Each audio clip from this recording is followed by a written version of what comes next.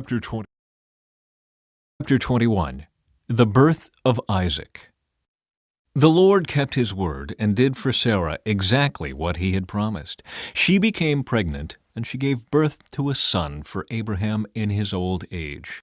This happened at just the time God had said it would. And Abraham named their son Isaac. 8 days after Isaac was born, Abraham circumcised him as God had commanded. Abraham was 100 years old when Isaac was born. And Sarah declared, "God has brought me laughter. All who hear about this will laugh with me. Who would have said to Abraham that Sarah would nurse a baby? Yet I have given Abraham a son in his old age." Hagar and Ishmael are sent away. When Isaac grew up and was about to be weaned, Abraham prepared a huge feast to celebrate the occasion. But Sarah saw Ishmael, the son of Abraham, and her Egyptian servant Hagar making fun of her son Isaac. So she turned to Abraham and demanded, "Get rid of that slave woman and her son. He is not going to share the inheritance with my son Isaac. I won't have it." This upset Abraham very much because Ishmael was his son. But God told Abraham, "Do not be upset over the boy and your servant. Do whatever Sarah tells you, for Isaac is the son through whom your descendants will be counted. But I will also make a nation of the descendants of Hagar's son, because he is your son too." So Abraham got up early the next morning, prepared food and a container of water, and strapped them on Hagar's shoulders. Then he sent her away with their son, and she wandered aimlessly in the wilderness of Beersheba. When the water was gone, she put the boy in the shade of a bush. Then she went and sat down by herself about 100 yards away. "I don't want to watch the boy die," she said, as she burst into tears. But God heard the boy crying, and the angel of God called to Hagar from heaven, "Hagar, what's wrong? Do not be afraid. God has heard the boy crying as he lies there. Go to him and comfort him, for I will make a great nation from his descendants." Then God opened Hagar's eyes, and she saw a well full of water. She quickly filled her water container and gave the boy a drink. And God was with the boy as he grew up in the wilderness. He became a skillful archer, and he settled in the wilderness of Paran. His mother arranged for him to marry a woman from the land of Egypt. Abraham's covenant with Abimelech. About this time, Abimelech came with Phicol, his army commander, to visit Abraham. "God is obviously with you, helping you in everything you do," Abimelech said. "Swear to me in God's name that you will never deceive me, my children, or any of my descendants. I have been loyal to you, so now swear that you will be loyal to me and to this country where you are living as a foreigner." Abraham replied, "Yes, I swear to it." Then Abraham complained to Abimelech about a well that Abimelech's servants had taken by force from Abraham's servants. "This is the first I've heard of it," Abimelech answered. "I have no idea who is responsible. You have never complained about this before." Abraham then gave some of his sheep, goats, and cattle to Abimelech, and they made a treaty. But Abraham also took 7 additional female lambs and set them off by themselves. Abimelech asked, "Why have you set these 7 apart from the others?" Abraham replied, "Please accept these 7 lambs to show your agreement that I dug this well." Then he named the place Beersheba, which means well of the oath, because that was where they had sworn the oath. After making their covenant at Beersheba, Abimelech left with Phicol, the commander of his army, and they returned home to the land of the Philistines. Then Abraham planted a tamarisk tree at Beersheba, and there he worshipped the Lord, the eternal God. And Abraham lived as a foreigner in Philistine country for a long time.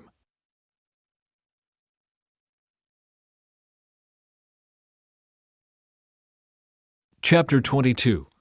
Abraham's faith tested. Sometime later, God tested Abraham's faith. "Abraham," God called. "Yes," he replied, "here I am."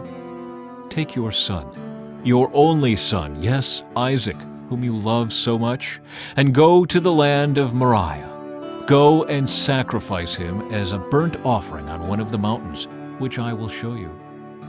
The next morning, Abraham got up early. He saddled his donkey and took 2 of his servants with him, along with his son Isaac. Then he chopped wood for a fire for a burnt offering and set out for the place God had told him about. On the 3rd day of their journey, Abraham looked up and saw the place in the distance. "Stay here with the donkey," Abraham told the servants. "The boy and I will travel a little farther. We will worship there, and then we will come right back." So Abraham placed the wood for the burnt offering on Isaac's shoulders, while he himself carried the fire and the knife. As the 2 of them walked on together, Isaac turned to Abraham and said, "Father?" "Yes, my son," Abraham replied. "We have the fire and the wood," the boy said, "but where is the sheep for the burnt offering?" "God will provide a sheep for the burnt offering, my son," Abraham answered. And they both walked on together. When they arrived at the place where God had told him to go, Abraham built an altar and arranged the wood on it. Then he tied his son Isaac and laid him on the altar on top of the wood. And Abraham picked up the knife to kill his son as a sacrifice. At that moment the angel of the Lord called to him from heaven, "Abraham, Abraham!" "Yes," Abraham replied, "here I am." "Don't lay a hand on the boy," the angel said. "Do not hurt him in any way, for now I know that you truly fear God. You have not withheld from me even your son, your only son." Then Abraham looked up and saw a ram caught by its horns in a thicket. So he took the ram and sacrificed it as a burnt offering in place of his son. Abraham named the place Yahweh-Yireh, which means "the Lord will provide." To this day, people still use that name as a proverb. On the mountain of the Lord it will be provided. Then the angel of the Lord called again to Abraham from heaven. "This is what the Lord says, because you have obeyed me and have not withheld even your son, your only son, I swear by my own name that I will certainly bless you. I will multiply your descendants beyond number, like the stars in the sky and the sand on the seashore. Your descendants will conquer the cities of their enemies, and through your descendants all the nations of the earth will be blessed, all because you have obeyed me." Then they returned to the servants and traveled back to Beersheba, where Abraham continued to live. Soon after this, Abraham heard that Milcah, his brother Nahor's wife, had borne Nahor 8 sons. The oldest was named Uz. The next oldest was Buz, followed by Kemuel, the ancestor of the Arameans, Kezid, Hazo, Pildash, Jidlaph, and Bethuel. Bethuel became the father of Rebekah. In addition to these 8 sons from Milcah, Nahor had 4 other children from his concubine Reumah. Their names were Tebah, Gaham, Tahash, and Maacah.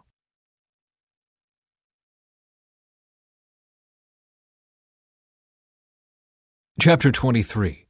The Burial of Sarah. When Sarah was 127 years old, she died at Kiriath Arba, now called Hebron, in the land of Canaan.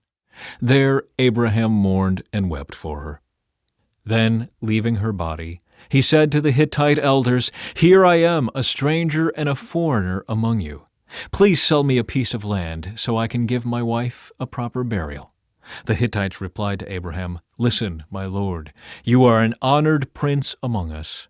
Choose the finest of our tombs and bury her there. No one here will refuse to help you in this way."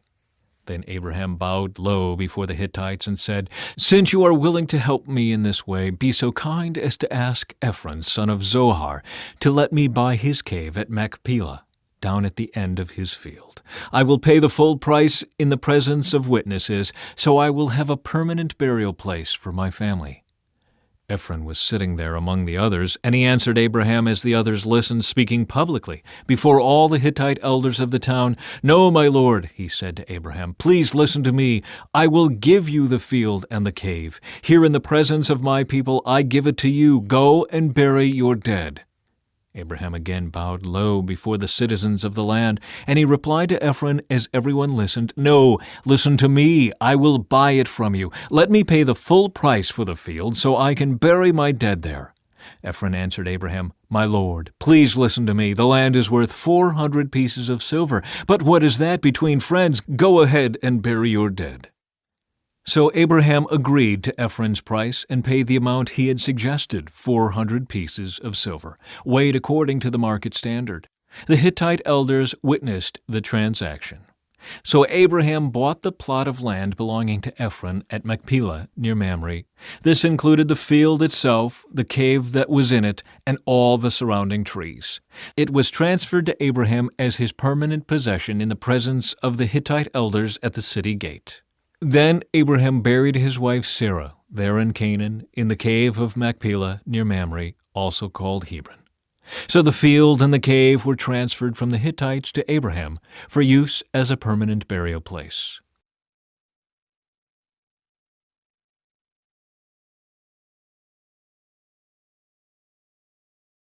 Chapter 24. A wife for Isaac. Abraham was now a very old man, and the Lord had blessed him in every way. One day Abraham said to his oldest servant, the man in charge of his household, "Take an oath by putting your hand under my thigh. Swear by the Lord, the God of heaven and earth, that you will not allow my son to marry one of these local Canaanite women. Go instead to my homeland, to my relatives, and find a wife there for my son Isaac." The servant asked, "But what if I can't find a young woman who is willing to travel so far from home? Should I then take Isaac there to live among your relatives in the land you came from?" "No," Abraham responded, "be careful never to take my son there. For the Lord, the God of heaven, who took me from my father's house and my native land, solemnly promised to give this land to my descendants. He will send his angel ahead of you, and he will see to it that you find a wife there for my son.